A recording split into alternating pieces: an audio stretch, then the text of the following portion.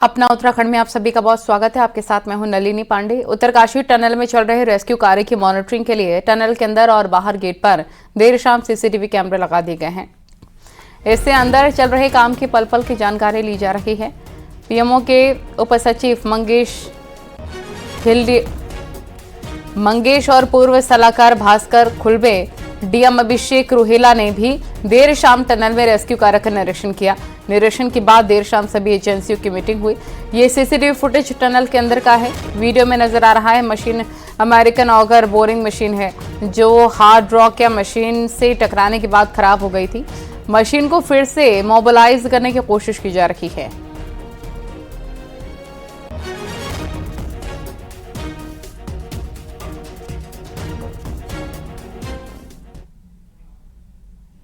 उत्तरकाशी के सिलक्यारा टनल के ठीक ऊपर वर्टिकल टनल की बोरिंग के लिए सड़क बनाने का काम करीब अपने अंतिम पड़ाव में है। टनल के टॉप से पहाड़ी में 24 इंच और 1.2 मीटर व्यास के 2 स्क्रीप टनल बनाने के लिए बोरिंग की जानी है। सोमवार को सतलुज जल विद्युत निगम की एक मशीन भी ऑपरेशन साइट पर पहुंच जाएगी। न्यूज 18 ने पहाड़ी पर सड़क कटान का जायजा लिया। में फंसी 41 जिंदगियों को बचाने के लिए रेस्क्यू ऑपरेशन वॉरफुट पर शुरू हो चुका है। ये पूरा पहाड़ है, इसके ठीक नीचे वो टनल है। आप देख सकते हैं कि इस पहाड़ पर इसको काटने का काम चल रहा है। इस पर सड़क बनाई जा रही है। कल से ये सड़क बनाने का काम शुरू हुआ। कल शाम से करीब 4 किलोमीटर के आसपास तक अभी तक ये सड़क बनाई जा चुकी है। अब यहाँ से महज 250 मीटर की दूरी है उस स्पॉट की जहाँ से बोरिंग की जानी है। करीब 95 मीटर अंदर ज़मीन के अंदर जाकर जब बोरिंग होगी तो बोरिंग ठीक उस टनल के उस हिस्से में होगी जहां पर श्रमिक फंसे हुए हैं। यहां पर सतलुज जल विद्युत निगम काम कर रहा है। जो तमाम एक्सपर्ट एजेंसी हैं टनलिंग की, उनको इस काम में झोंका गया है। ओएनजीसी भी टनलिंग बोरिंग करेगा। इसके अलावा टीएसडीसी बोरिंग करेगा। सतलुज जल विद्युत निगम जो कंपनी है जिसके पास एक्सपर्टीज़ है इस काम की, वो इसमें बोरिंग करेगी। और रेलवे विकास निगम लिमिटेड को भी यहाँ पर बोरिंग का काम सौंपा गया है। लगातार आप देख सकते हैं कि इन पहाड़ों पर पहाड़ों को काटकर सड़क बनाई जा रही है। इसी सड़क से अब जो हैवीवेट मशीनें हैं जो बोरिंग करेंगी, जिनका वजन करीब मोटे तौर पर 100 टन से अधिक बताया जा रहा है, वो मशीनें यहाँ लाई जाएंगी। इसके लिए हर वो सुविधाएं यहाँ पर जुटाई जा रही हैं। अगर मैं बिजली की बात करूँ तो यहाँ पर आप देख सकते हैं ये लाइन भी बिछाई जा रही है जंगल में, ताकि 24 घंटे उस स्पॉट पर जहां से बोरिंग का काम शुरू होगा वहां पर बिजली उपलब्ध रहे। इसी तरह से पानी की व्यवस्था भी यहां पर की जा रही है। यानी कि वॉरफुट पर चारों दिशाओं से टनल के यहां पर जो स्केप टनल बननी है उसका काम शुरू हो चुका है, ताकि जल्द से जल्द उन 41 जिंदगियों तक पहुंचा जा सके जो पिछले 8 दिनों से टनल में फंसी हुई हैं। कैमरा पर्सन राकेश रावत के साथ सुनील नौपरबात, न्यूज 18, सिलक्यारा, उत्तरकाशी। उत्तरकाशी के टनल में फंसे 41 मजदूरों के रेस्क्यू के 8वें दिन भी कहीं से राहत नहीं मिल सकी है। 5 जगहों से बोरिंग की जाएगी। टनल का शुरुआती पॉइंट जहां पर अब तक बोरिंग हो रही थी, वहां से भी बोरिंग होगी। साथ ही साथ वर्टिकल बोरिंग होगी और टनल का एंड पॉइंट जो कि टनल के दूसरे छोर पर है, वहां से भी बोरिंग होगी। और साथ ही साथ एंड पॉइंट के ऊपर से भी वर्टिकल बोरिंग होगी। 5 जगह से एक साथ बोरिंग के बाद मजदूरों तक पहुंचने की कोशिश होगी। चारों एस्केप टनल पर एक साथ काम शुरू होगा। इसके लिए रेलवे, सतलुज जल विद्युत निगम और ओएनजीसी की टीमें जुटी हुई हैं। खाने के लिए हम शीघ्र शुरू हो कार्य उस पर लगे हुए हैं। जी सर। दूसरा जो लाइफलाइन के लिए एक पाइप है अभी, जिसमें हम खाना और अन्य चीज़ें भेज रहे हैं। एक और पाइप डाल रहे हैं जो हमारा ऑगर मशीन की पाइप है 900 mm की, उसके थोड़ा ऊपर, और उसमें जल्दी हो जाए क्योंकि ऊपर में मलबा कम है, नीचे मलबा ज़्यादा है। तो वो लगभग 42 मीटर चले गए हैं और कुछ ही मीटर और बचा है, तो वो हो जाएगी। तो लाइफ सपोर्ट के लिए एक और पाइप हमारे पास अवेलेबल हो जाएगी। तीसरा जो मलबा है और जो टनल का रूफ है जहाँ डेबरी जमा है, वहाँ पे डेबरीज और टनल के रूफ के बीच में स्पेस है। तो वहाँ पर ये निर्णय लिया गया है माननीय मंत्री जी के द्वारा, कुछ रोबोट की व्यवस्था की जाए, उस खोजी जाए अगर भारत सरकार में या किसी प्राइवेट संस्था में अवेलेबल है रोबोट, तो उसको भेजा जाए ताकि वहाँ देखें कितना स्पेस अवेलेबल है, क्या उससे लाइफ सपोर्ट के लिए कोई पाइप हम डाल सकते हैं, कोई व्यवस्था ऐसी हो सकती है। और अगर ज़्यादा स्पेस है तो वहाँ से भी लोगों को निकाल सकते हैं। उत्तरकाशी रेस्क्यू ऑपरेशन का जायजा लेने के लिए आज केंद्रीय सड़क परिवहन मंत्री नितिन गडकरी टनल साइट पर पहुंचे। उनके साथ सीएम पुष्कर सिंह धामी थे। टनल साइट पर पहुंचकर गडकरी ने रेस्क्यू ऑपरेशन की जानकारी ली। और इसके बाद गडकरी ने बताया फंसे लोगों की जान बचाना प्राथमिकता है। वो ऑगर मशीन है, ये अगर ठीक से चल गई तो हम 2-2.5 दिन में वहाँ तक पहुँच सकते हैं और वो भी प्रयास सबसे नज़दीक होने वाला है। पर इसके अलावा अलग अलग प्रयास चाहे कितने भी दिन के हो, अगर उसके लिए भी हमने वर्टिकल भी अनेक प्रकार से जगह देकर वहाँ भी अंदर जाने की कोशिश कर रहे हैं। हिमालय की जियोलॉजी ऐसी है कि ना यह हार्ड पत्थर है। मैं महाराष्ट्र से हूँ तो हमारे यहाँ पहाड़ मतलब होता है पत्थर, पर्यायी नाम। तो दक्कन का जो डेक्कन है का पूरा बेसाल्ट है वो पत्थर है, हार्ड होता है। मैंने मुंबई पुणे एक्सप्रेस हाईवे में करीब 5-6 टनल बनाई, तो अभी तक हमारे मन में यही परसेप्शन था कि पत्थर है। जब मैं अभी मनाली में गया तब मेरे ध्यान में आया कि हिमालय ऐसा है कि छोटे छोटे पत्थर है और मेजॉरिटी स्ट्राटा ऐसा है कि उसमें मिट्टी है और वो एक जगह होकर उसका पहाड़ तैयार हुआ है। तो ये बड़ा डिफ़िकल्ट टेरेन है, फिर भी हम लोग पूरी कोशिश कर रहे हैं। आज परिवारजनों को भी मैं मिला, मुख्यमंत्री जी और मैं, उनको भी हमने हिम्मत दी है और हमें विश्वास है कि निश्चित रूप से हम सफल होंगे। प्रधानमंत्री जी के स्तर पर वो भी इसकी लगातार चिंता कर रहे हैं। सारे विशेषज्ञ काम कर रहे हैं। ये हम सब लोगों के लिए चिंता है कि ये आपदा है और आपदा देखिए किसी एक कारण उसका नहीं होता है और उसमें सभी लोगों को, आप लोगों को भी, सब लोगों को सहयोग करना है। आप लोग लगातार कर भी रहे हैं। मैं आप लोगों की प्रशंसा भी करना चाहता हूं कि अधिकांश लोगों ने अभी तक किसी प्रकार का वो नहीं किया है। अब यही है स्थिति कि जैसा आपने बताया कि अभी हमारा एक तो अंदर जो लोग हैं उनका भी मनोबल बना रहे, उनके परिजन उनसे बात कर रहे हैं और जो बाहर हैं उनकी भी हमें चिंता करनी है, वो सब चीज़ें कर रहे हैं। और हमारा सबका यही होना चाहिए कि अभी भगवान से प्रार्थना करें कि जल्दी से जल्दी ये जो हमारे सभी जो रास्ते अपनाए जा रहे हैं 6 प्रकार के, उनमें से कोई भी रास्ता पहले से पहले सफल हो और वो लोग बाहर आए।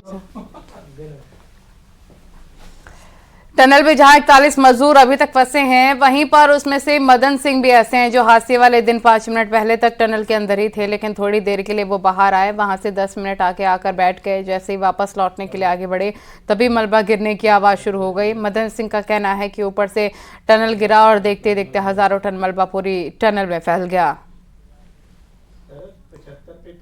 उस दिन सर हम तो वहाँ पर जहाँ पर हादसा हुआ वहीं पर थे हम लोग, तो हम लोग 10 मीटर पीछे थे।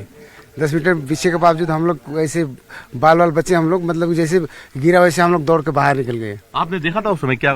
सर वो उतना तो सर देखने का मौका कहाँ मिला सर, जैसे गिरा वैसे धूल पूरा आवाज धूल आई, आवाज धूल के बाद बैठ गया और आवाज धूल पूरा भर गया सर। धूल में तो क्या दिखाई देगा, हम सीधा बाहर निकल गए दौड़ के बाहर। तो जो अंदर फंसे उनसे आपकी बात होती रहती होगी? जी अभी पहले सर पहले बात नहीं हुई सर, पहले तो क्योंकि वो सब अंदर है, 2 किलोमीटर अंदर है, तो हम लोग कैसे बात कर सकते हैं सर? उन सबसे बात तो नहीं हुई है। बहुत मुश्किल है, उन लोग भी जो रुके हुए हैं बहुत मुश्किल से रुके हुए हैं। बस हम यही मांग कर रहे हैं सरकार से, चाहे कोई भी हो, जल्द से जल्द निकाला जाए उन लोग। बिल्कुल बिल्कुल। आप बताएं कैसा रहता है वहाँ अंदर का माहौल, कैसा रहता है? देखिए माहौल तो अंदर बहुत खराब है, पर जिस हिसाब से अभी सिचुएशन है, बात हो रही है उनसे, उन लोग अभी ठीक है, पर कितने दिन ठीक रहेंगे ये तो भगवान के भरोसे है। बीजेपी ने अपने SC/ST सम्मेलन का समय बदल दिया है और अब ये सम्मेलन दिसंबर में होंगे। राज्य के 18 लाख से ज्यादा लोगों के लिए इसे बीजेपी का नया दाव माना जा रहा है। हालांकि सम्मेलन में लोगों को लाना बड़ा लिटमस टेस्ट होने जा रहा है।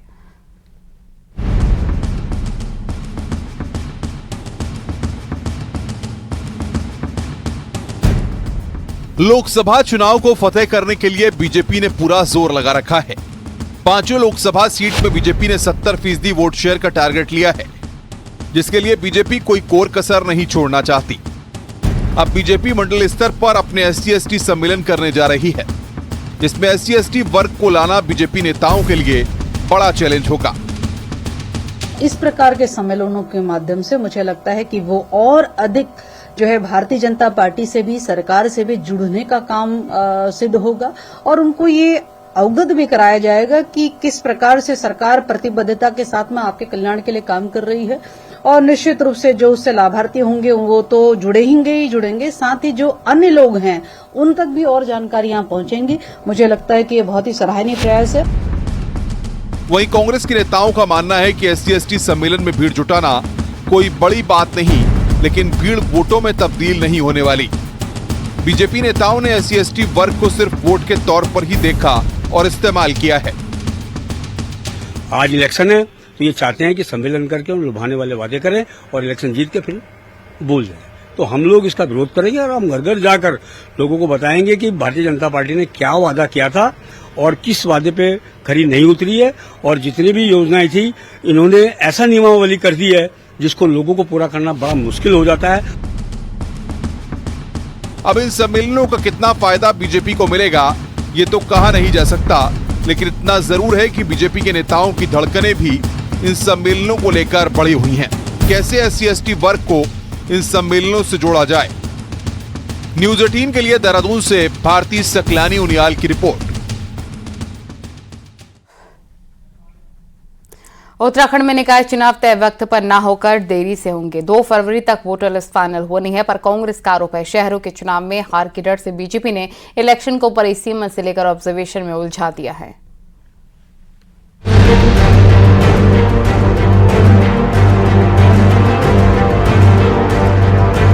लोकसभा चुनाव एक बार फिर से प्रधानमंत्री नरेंद्र मोदी के नाम और काम पर होगा, पर नगर पंचायत, नगर पालिका और नगर निगम में इस बार प्रधानमंत्री का नाम काम नहीं आने वाला। यही बोलकर कांग्रेस बीजेपी पर हमलावर है। 2 दिसंबर को सभी निकायों का कार्यालय पूरा हो जाएगा, लेकिन चुनाव देरी से होंगे।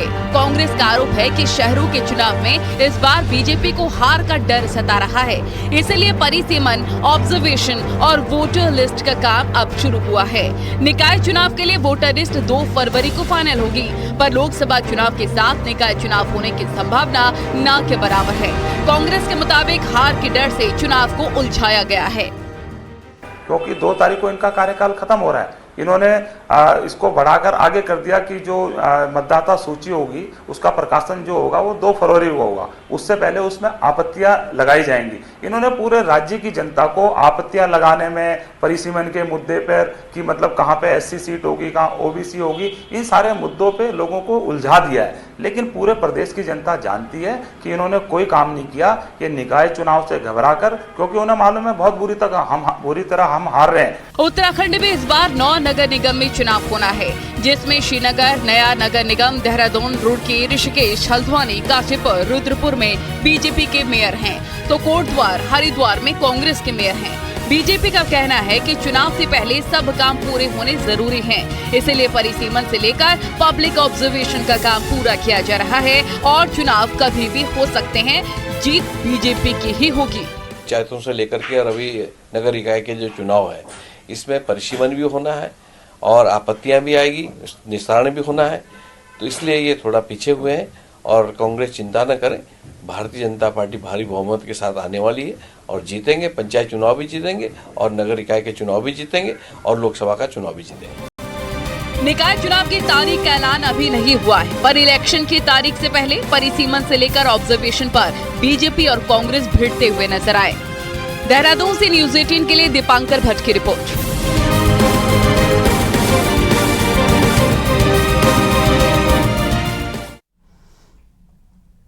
बीजेपी ने हार के डर से निकाय चुनाव टाले हैं। कांग्रेस के इस आरोप को शहरी विकास मंत्री प्रेमचंद्र अग्रवाल ने बेबुनियाद बताया।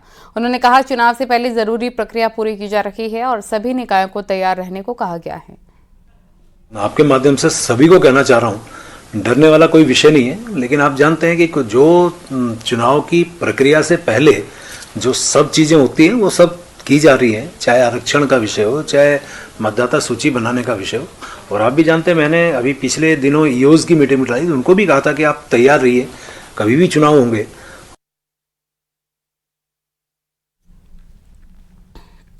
लोकसभा चुनाव में बीजेपी अब जीत के लिए टोली फॉर्मूले पर काम कर रही है। पार्टी को उम्मीद है कि गुजरात मॉडल का फॉर्मूला उत्तराखंड में भी काम करेगा।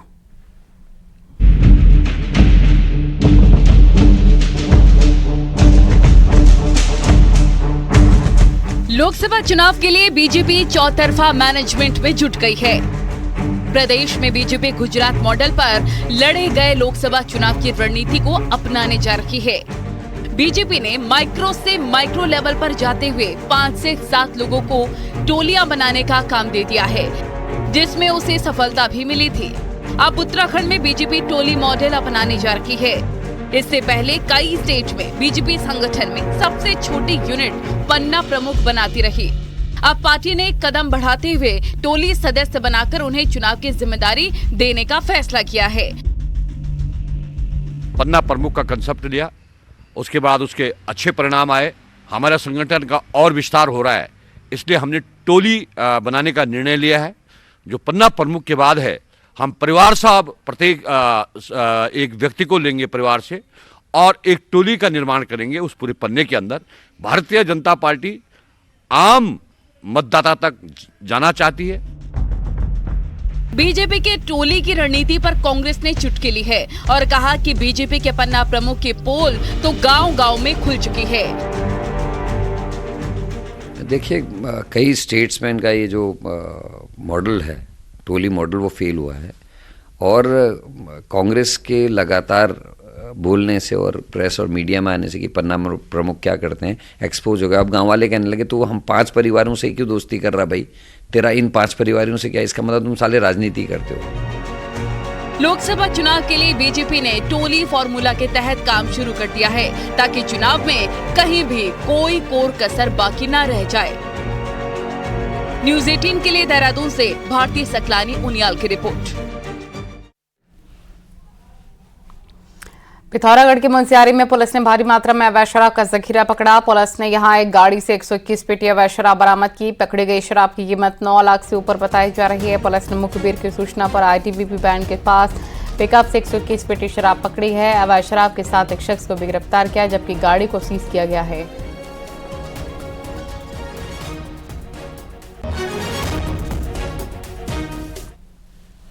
कोटद्वार के लैंसडाउन में डेरिया खाल के पास एक सड़क हादसा हो गया। हादसे में कार डिवाइडर से टकराकर सीधे 700 मीटर गहरी खाई में जा गिरी। हादसे में कार के ड्राइवर की मौके पर ही मौत हो गई और का ड्राइवर लैंसडाउन का रहने वाला है, जो हरिद्वार से सवारी छोड़कर वापस अपने घर आ रहा था। मौके पर पहुंची पुलिस ने कड़ी मशक्कत के बाद शव को खाई से बाहर निकाला है।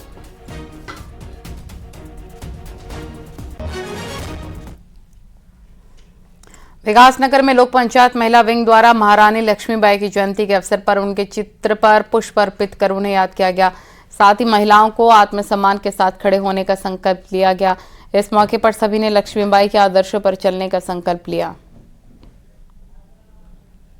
महिलाओं को ये संदेश देना चाहूंगी कि आप महारानी लक्ष्मीबाई से प्रेरणा लेकर के अपने आत्मसम्मान और स्वावलंबन की रक्षा के लिए सदैव तत्पर। अगर हम सदी का कंपैरिजन करें कि उस सदी में जब लड़कियों को बहुत डरा के और स्वावलंबन नहीं थे और आज के कंपेयर किया जाए तो रानी लक्ष्मीबाई हमें एक संदेश देती है कि आप जागरूक हो और अपने हक के लिए लड़ाई करें। इस प्रकार आज भी हमारे समाज में कई कुदृष्टि वाले लोग हैं, तो मेरा आप सभी से अनुरोध है कि आज भी आप सभी को महारानी लक्ष्मीबाई बनने की आवश्यकता है, उनसे प्रेरणा लेने की आवश्यकता है। भारतीय टीम के पूर्व कप्तान महेंद्र सिंह धोनी इन दिनों नैनीताल में हैं। 2 दिनों से माही होटल में रुके हुए हैं और पहाड़ के प्राकृतिक सौंदर्य का लुत्फ उठा रहे हैं। हालांकि वो मीडिया से दूरी बनाए हुए हैं।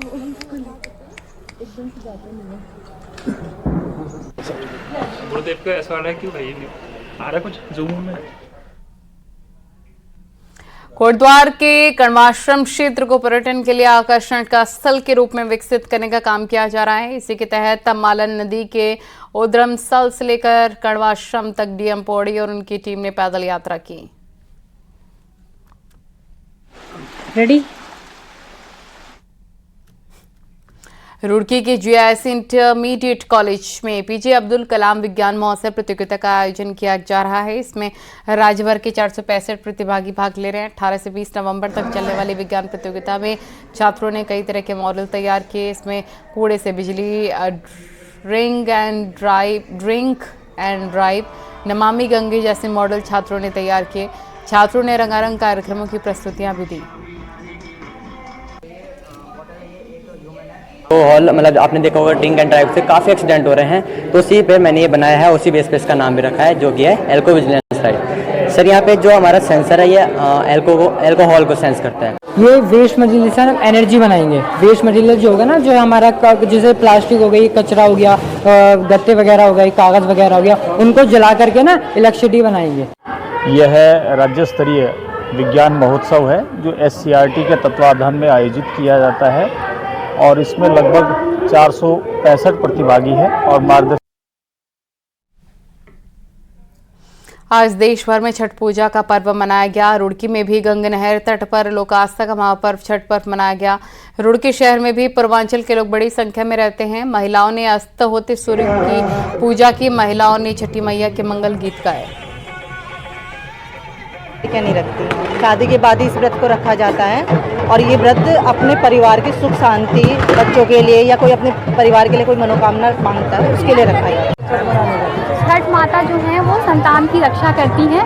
नवरात्र में जो षष्ठी देवी हैं, कात्यायनी देवी, उन्हें ही छठ माता कहा जाता है। तो उन्हीं मतलब बहुत महत्ता है उनकी कि वो परिवार की, संतान की, सबकी रक्षा करती हैं और सबकी मनोकामनाएं पूरी करती हैं।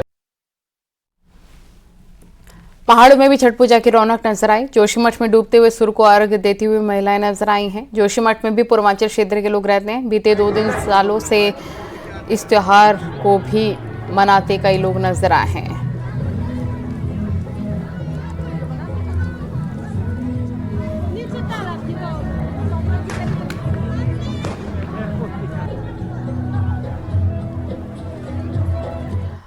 उद्धव और कुबेर भगवान अपने शीतकालीन गद्दी बड़ा पांडुकेश्वर में विराजमान हो गए। अब शीतकाल में पांडुकेश्वर में ही उद्धव और कुबेर की पूजा होगी। सोमवार को शंकराचार्य की गद्दी और विष्णु के वाहन गरुड़ जोशीमठ पहुंचेंगे। उन्हें वहां विराजमान किया जाएगा।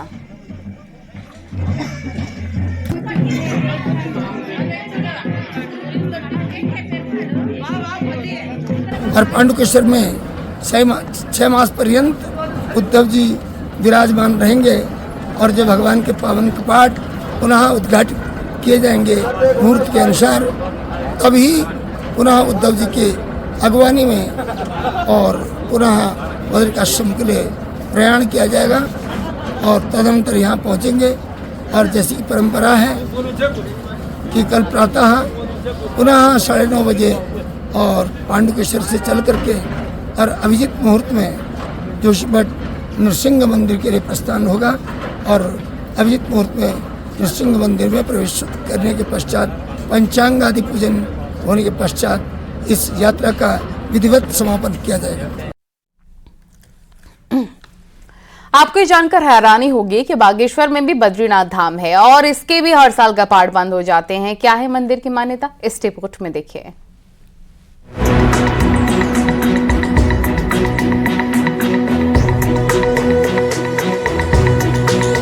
बागेश्वर के कांडा में भी बद्रीनाथ धाम का एक काफी पौराणिक मंदिर है। मंदिर में भगवान विष्णु की काफी पुरानी प्रतिमा है, काफी पुरानी मूर्तियां हैं। स्थानीय लोगों के मुताबिक मंदिर की सही देखरेख और रख रखाव के अभाव में यहाँ से कई ग्रेनाइट की मूर्तियां चोरी हो गयी, लेकिन अब भी यहाँ पर भगवान विष्णु की कई आकर्षक मूर्तियां मौजूद हैं। मंदिर में जो है बुनियाद बनने के लिए खुदाई शुरू करी, नया मंदिर बनाने के लिए। इसमें हमको पुरानी मूर्तियां मिली जो कई टूटी हुई थी, कई साबुत भी निकली और इसमें चक्र भी निकले और इसमें जो है पूरे पिलरों में लोहे के अंकुश भी लगे हुए थे। तो हमको ऐसा लगता है कि ये मंदिर हमारा काफी प्राचीन रहा होगा। बागेश्वर की इस बद्रीनाथ धाम की मूर्तियां अपनी पौराणिकता की गवाह हैं। साथ ही कई किलोमीटर में फैला एक गांव भी है जिसका नाम नारायण गुट है। इस मंदिर में भी हर साल अखंड रामायण और विशाल भंडारे के बाद कपाट शीतकाल के लिए बंद कर दिए जाते हैं।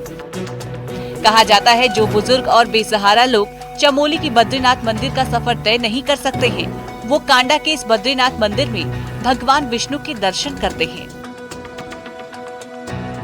ये स्थापना तभी जब बद्रीनाथ धाम की स्थापना हुई थी, उसके साथ साथ यहाँ पर बद्रीनाथ और केदारनाथ की भी स्थापना की गई और वही फल, जो फल बद्रीनाथ में जाके भक्तों को मिलता है, वही फल यहाँ पर भी प्राप्त होता है। पहले ज़माने में यहाँ जो है काफ़ी पूजा अर्चना यहाँ होती होंगी। बीच में जो है यहाँ ये मंदिर भूस्खलन के कारण, दब जाने के कारण लगभग इसकी मूर्ति सब बंद हो गई थी। लगभग 20 साल पहले यह मंदिर पुनः स्थापना यहाँ पर की गई। पहाड़ में आज भी कई ऐसे स्थान हैं जिन पर ना प्रशासन की नजर पड़ी है और ना ही लोगों की। ऐसे में जरूरत है ऐसी जगहों को सामने लाने की, जिससे कई सुलझे अनसुलझे रहस्य तो खुलेंगे ही, साथ ही पर्यटन के नए क्षेत्र भी दुनिया के सामने आएंगे। न्यूज़ 18 के लिए बागेश्वर से सुष्मिता थापा की रिपोर्ट।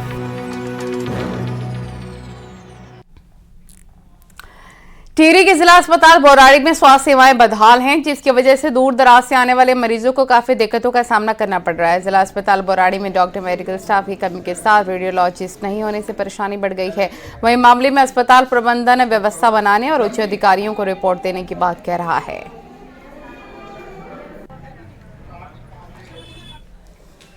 और यहाँ वक्त हो गया एक छोटे से ब्रेक का।